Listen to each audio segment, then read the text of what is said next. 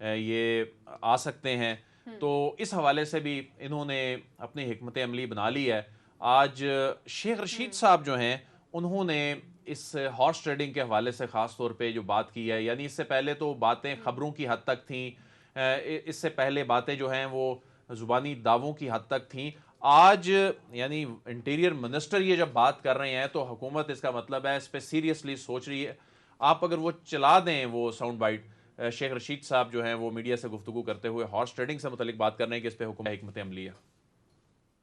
Floor crossing کے نااہلی کے اختیارات ہیں، اور یہ 18ویں ترمیم میں ساری پارٹیوں نے مل کے ہارس ٹریڈنگ کا روکنے کا فیصلہ کیا، اور جس میں یہ جو ہے ہارس ٹریڈنگ کو ختم کرنے کے لیے اسپیکر کو یہ اختیارات دیے گئے ہیں، اور اسپیکر کے اختیارات کو کوئی چیلنج نہیں کر سکتا.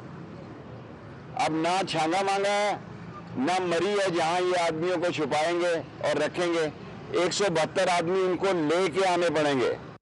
جی عدیل، یہ نمبرز پورے ہو جائیں گے؟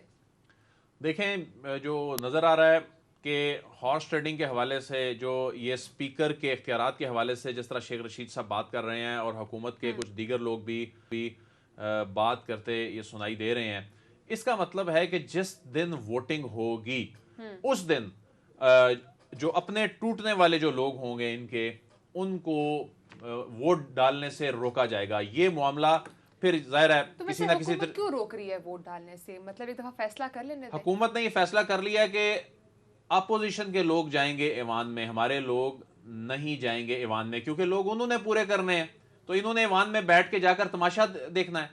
تو اس کا یہ جو سارا پلان ہے، اس پلان کو ناکام بنانے کے لیے یہی ایک بہترین حکمت عملی ہے کہ اپنے لوگوں کو وہاں جانے سے روک دیں، اپوزیشن اپنے لوگ پورے کرے. اتحادی اگر جا نہیں رہے، اور یہ کیونکہ اتحادیوں پہ ڈیفیکشن کلاز نہیں لگتی، انہوں نے اپنی پارٹی کا ڈیسیژن لینے ہیں. پاکستان تحریک انصاف کی جو لیڈرشپ ہے، جو اس نے ڈیسیژن لینا ہے، جو پی ٹی آئی کے ٹکٹ پہ جنہوں نے الیکشن لڑا ہے ان کو اس کے تحت ان انسٹرکشنز کو فالو کرنا پڑے گا، ادروائز ان پہ 63A لگے گی.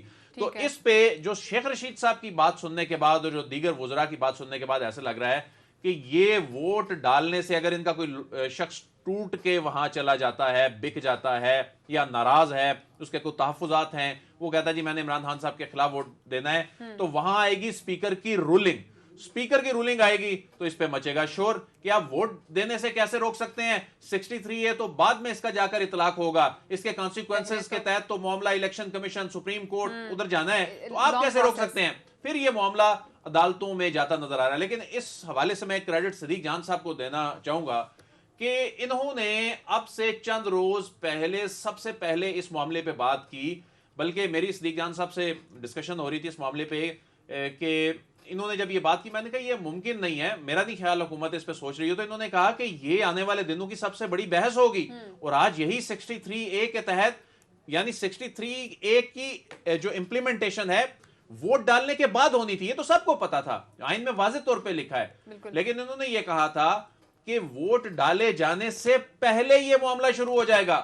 یہ اصل بات ہے، اور یہی وہ بات ہے جس کے نتیجے میں آج انصار الاسلام اور یہ جو دیگر معاملات نظر آ رہے ہیں لوگوں کو روکے جانے کے حوالے سے، یہ اس تناظر میں نظر آ رہے ہیں. آپریشن بھی اس حوالے سے شروع ہو چکا ہوا ہے، کیونکہ پولیس نے اس وقت آپریشن شروع کیا ہے کہ جو پارلیمنٹ لاجز کے اندر انصار الاسلام کے جو رضاکار ہیں ان کو باہر نکالنے کا. اس حوالے سے مزید بات کرتے رہیں گے، لیکن صدیق آپ کی طرف آؤں گی. جو بھی عدیل نے پوائنٹ آؤٹ کیا ہے کہ یہ جو ڈیفیکشن کلوز لگنا تھا، یہ پہلے یہ کہا جاتا ہے کہ یہ لائک ووٹنگ کے بعد ہی سارا پروسیس شروع ہوگا، لیکن یہ پہلے شروع ہو رہا ہے. کیا یہی وجہ ہے جس کی وجہ سے اپوزیشن میں تھوڑا سا پینک کریٹ ہوا ہے؟ دیکھیں اپوزیشن میں پینک تو بالکل کریٹ ہوا ہے، اور یہی وجہ ہے کہ اب اتحادیوں کی قدر و قیمت جو ہے وہ بہت بڑھ گئی ہے. یہی ہے نا کہ اگر اپنے لوگ ووٹ نہیں ڈال سکتے، لیکن میں نے آپ کو کہا ہے کہ ابھی ایسی ایسی چیزیں آئیں گی کہ میں جس شخصیت سے ملاقات ہوئی، حکومتی شخصیت سے، تو ان سے جب ملاقات ہوئی تو ان کے سامنے آئین کی بک رکھی ہوئی تھی.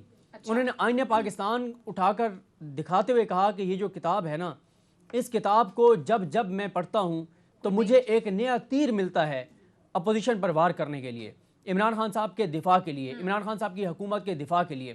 تو انہوں نے کہا اتنا آسان نہیں ہے اس ساری صورتحال میں کہ اپوزیشن بڑے آرام سے عمران خان صاحب. تحریک عدم اعتماد ویسے بھی تو ایک دیکھا جائے تو ایک سیاسی سے ہٹ کر اخلاقی عمل زیادہ ہوتا ہے. دیکھیں یہ قانونی اور آئینی معاملہ ہے، اخلاقی معاملہ بھی ہے، آپ نے درست کہا، لیکن مسئلہ یہ ہے اگر آپ نے یہی کرنا تھا تو پھر آپ نے 63 ایک ڈالا کیوں تھا؟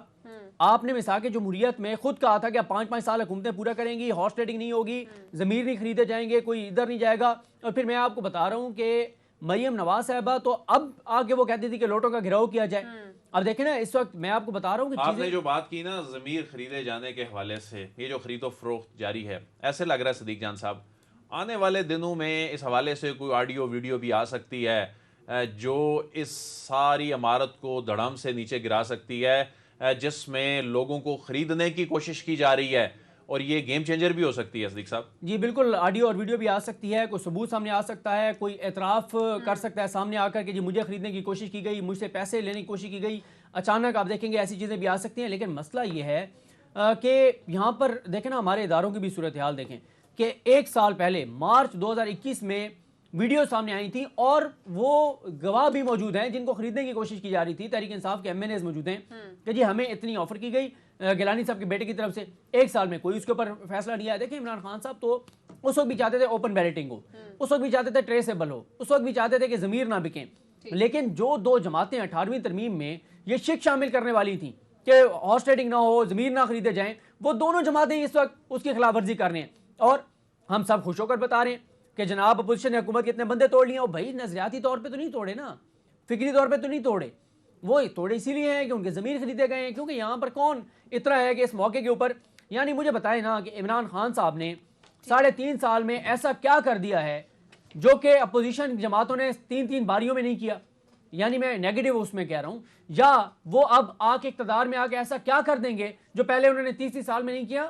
تو پتہ ہے سب کو کہ یہاں پر ضمیر بیچے جاتے ہیں اور بدقسمتی سے قیمت لگتی ہے. اور لوگوں کی بات ہو یا اپوزیشن سائیڈ سے بات ہو، ناظرین ضمیر بہت بکتے ہیں، جس پہ ہم نے پہلے بھی پروگرام میں بات کی تھی کہ کیا یہ سسٹم ایسے چلتا رہے گا؟